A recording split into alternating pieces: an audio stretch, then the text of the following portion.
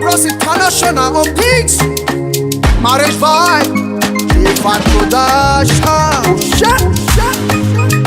Ugiome o. Kenato bogagano.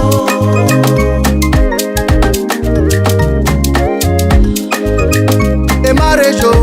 Kenato bogagano. Agefe ya twe yeye. Awa. No, ujela to woga goba no. Okuya wokwo gari won la tani ade yan na kele wa we megbe. Awe na to tuke na negbe. Okuya wokwo gari won la tani ni ade yan na kele wa we megbe o. Awe na to tuke na negbe o. No kwori ka me no okuya to lele me to ya mi e papa. Toya mi egbe ni lare. Eri akele wa we me to. No kwori ka me no okuya to lele me to ya mi jeme o. Toya mi egbe ni lare o. Amoko na wala jane atego na yari oto ye papa. Oya mo go ye papa egbe o. Atego mo jane wala jane ni atego na yari owore o. Oya mo go jije pe o. Marriage o, kenato bogagano.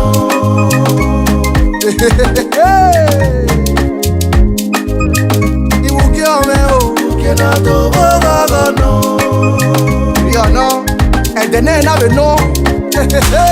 Ugega iwa gba phone ni adege pe botolo to tane. Aitori ayo bebe ya gbogbo kan le pe.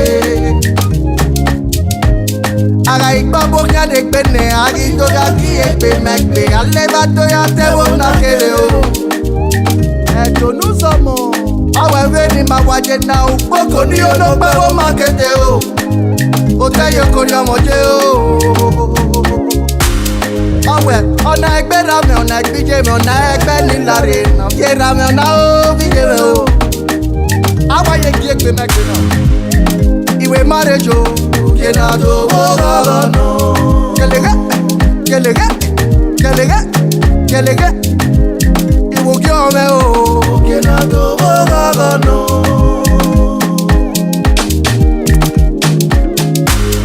Egbe no pe ari wa pagbe owe wala owo ma toriye o. Wala owa jono na si ma bo o. Egbe no kori wa kiekwa. Awa asu wa bo adege du wa fiore yakpa. Aba munu oyi. Zemo bagbedu wa give ni afiore ni ade yakpa. Awo buso ni we pise mi nyakeya. Abe do pa ma yo kodu bani. Aga to lo ge wi ya ni. Adege ya na gele papa. Abe na ya mi bi egwe ko. Aga iba mi bi egwe ya mi abe na ya mi jomo. Abe na ya mi ni bi mo. Aga seke ni jo moje ome won pa na kele so. O, why ga dame ome o. Iyo mo na su sele lomo we tori e no re gbomo. Omo ke gbo bi omo o. Iyo mo na su sele lomo we tori e no re gbomo.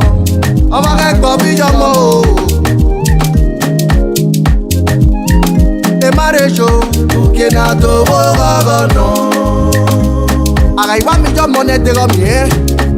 Ijo mo do mi e eni pe mo. Owa wese o awera we wi mi e o. Apeya imu pe. Awera la mi e jo mo wa mi na. Ai waru le mi romo. Ogero mo de wa sebe ya. Eyo no, na ogero mo sebe ya. Ari wa musupi go ba muju so pa ba mu ke romo. Owe baba la wo ma do ye o. Era mori wa fio po yori ekere mo ogiri erike o ogiri emne nítorí ogboko e mata no mane to ki omo yeye awe wala o mano wa me ke momo wajigo na wa ya koko mi me o awe adero mo mi ene nia ai wa ya di oviare awe kwekpe wa ya di oviare o obi awa ye mose Oga si na ode, omo mo se degede. Ya pa lo so akon. Aga si won le lede. Owe ba ga na yo jere. Wa ga pe lo te ko te ara ki aye. Mari u eti ya o. Ya mama to me. Esi wo. Mari u eti ya o. Ya mama to me.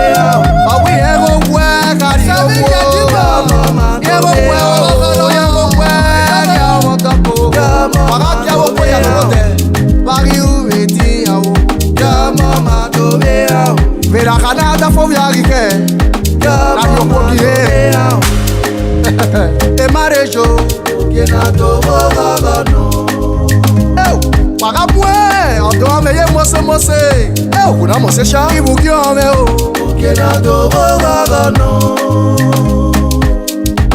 Arrête, moi, de vieux, c'est que l'on a fait un génie.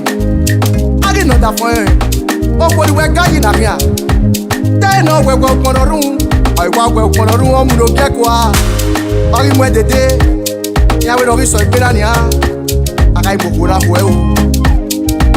Atere no pe abono digwe no bia emudia yo di muda we eromo ayo kuna bedo yo le to ya fe bana ara iwa tero mo igba yan lupo giyan owe omo eri ono e wale na iwo popo ene ara iwa ri oyo ari kaye romo ukegbe muda we igba yan do komo ye romo ukegbe eromo ga ki wa gbagbe ori mu ejo bi e ukegbe obo mi me iri owo nu ene o edonu somo eni egbe do kari swe ga gbe yari swe ga gogo o obo mi o e no la ma wa o owo gogo la ma wa o ofu egbe o la ma wa o owo le la ma wa ko waya wa se o ya wo gogo no gogo ni magiye o gogo ma je o gogo ma je ogogo no owo la ma wa o owe la ma wa o ogogo ma je wade mi ma je wa to ti ma gogo o okoso bo fone o asista let's go there ogogo ma je wado mo ma gogo la o se ira kana sa me gade e ma wo wi po mi no wi fe de ba bi soko e ya ga ti no awe o ado ame paradio e agbabusa le wa ya ku e ba ma so wado ge romo ke mi yo mo e o ya ga gogo e wa ge gba fo me o wa ge kele gba fi ma ko o no bi omo to ke no ye omo ko sister, we say la retia, iso e ma o, we ma kume, we ma kwana kwe mi na yi, we ma kume ni ye, oh, ije o, ogogo no. Mo pa ye mate. Mo pa wa FIFA. Mo pa wa FIFA. O le va wa o wo.